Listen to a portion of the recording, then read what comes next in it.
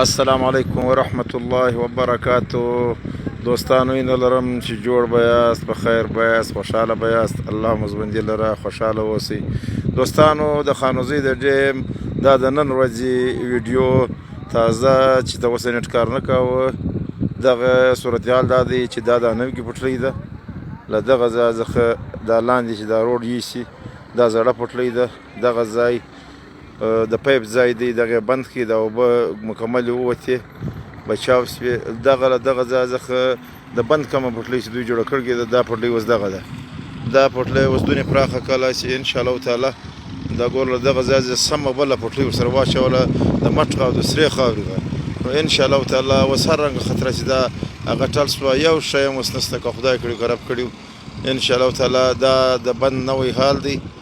دغه دی چې دا خاورې پر اچي، دا مټ راوړي او دا مخ ته ورکوي.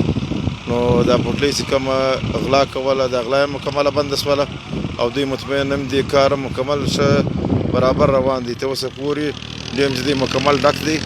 دغه ته اوسه نه دي ښکاره سوي کوم برجان چې هغه ته اوسه نه دي ښکاره سوي.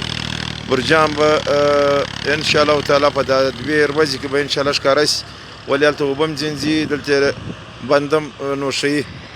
نو دغه د ډیم د صورتحال دی، هېڅ یو پریشاني نشته. انشاءالله تعالی باید دا دی چې خپله شکر ادا کړو. الحمدلله هر رنګه خطرې ووتې، ځوانان لګیا دي، دا ځوانان مکمل خپل کار پر کوي. باید دا دی چې دوی ته د پروردګار عوضونه ورکړي. دوی چې کوم کار کړی دی د خانوزۍ چې کومه تباهي وګرځوله، ته وګورئ لاندې چې کوم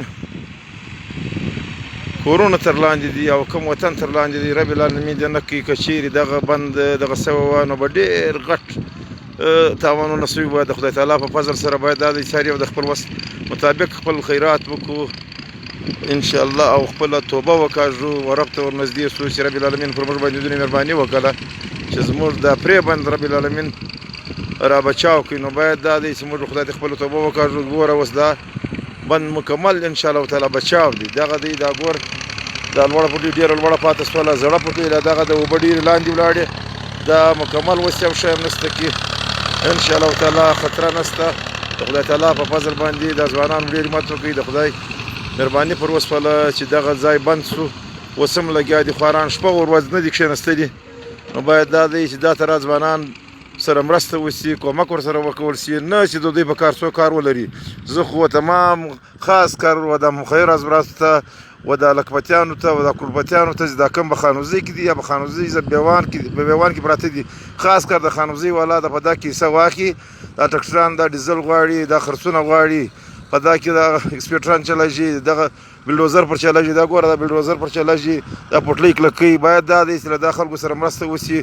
دا د اختر له 2 ورځې لګیا دي، نو بیا څو خرڅ شوی. باید دا دی چې دا مرسته ورسره وشي، د دغو دلجویي وشي.